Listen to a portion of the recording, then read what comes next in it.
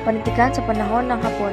Ang panitikan sa panahon ng Hapon ay tumutukoy sa mga akdang nilikha sa Pilipinas habang sinakop ang Hapones. Malaki ang naging impluwensya ng digmaan, sensura at kahirapan sa anyo at nilalaman ng mga akda sa panahon ito. Ipinagbawal ang Ingles kaya umusbong ang pagsulat sa Pilipino at mga katutubong wika at dahil sa kakulangan ng papel at mahigpit na sensura, nanaig ang ikling akda.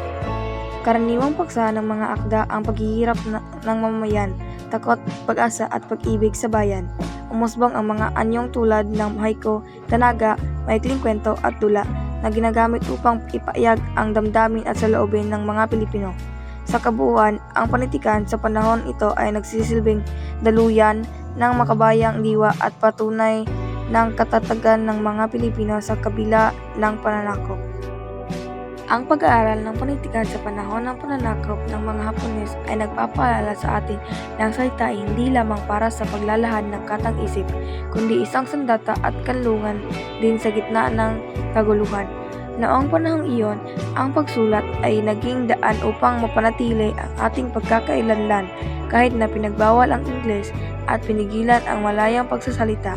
Ang paglipat patungo sa Pilipino at mga katutubong wika ay nagtitiwala rin sa ating sariling kultura, habang ang mga maikling akda tulad ng haiku, tanaga, maikling kwento at tula ay naging paraan upang magtago ng makabayang mensahe mula sa mga sumasakop habang naglalarawan ang ating tunay na karanasan, ang paghirap, takot, ngunit pati na rin ang hindi nawawalan ng pag-asa.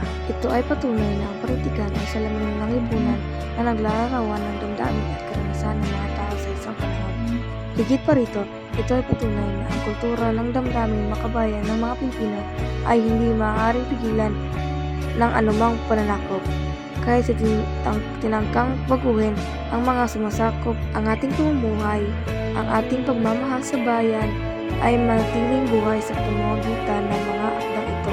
Sa kasalukuyan, ang mga ito ay hindi lamang bahagi ng ating kasaysayan, kundi gabay din sa atin upang gamitin ang mga pagsubok bilang motibasyon para sa isang mas magandang kinabukasan. Balik tanaw sa panahon ng haiku sa Pilipinas.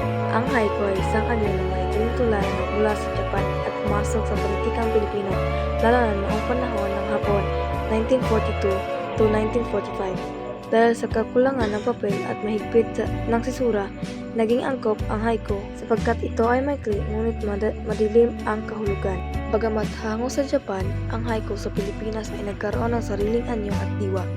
Ito ay naging paraan ng pagtahimik ngunit makabuluhang pagpapahayag ng pag-asa, paghirap at pagmamahal sa bayan, kaya't naging mahalagang bahagi ang panitikan Pilipino. Ang haiku sa Pilipinas ay nagsilbing tahimik ngunit makapangyarihang tinig ng damdaming makabayan.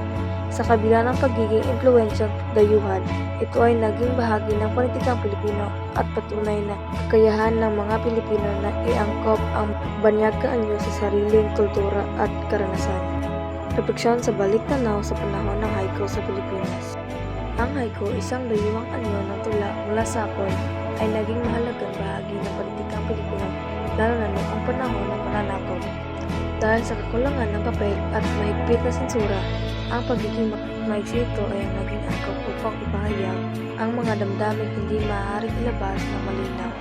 Bagamat hango sa ibang kultura, ito ay naging sariling uri ng mga Pilipino, ginamit upang ilarawan ang paghihirap, pag-asa at pagmamahal sa bayan sa paraang tahimik ngunit may malalim na kahulugan. Ang Pilipinong haiku ay patunay na kakayahan nating iangkop ang mga banyagang elemento sa ating sariling karanasan ng kultura.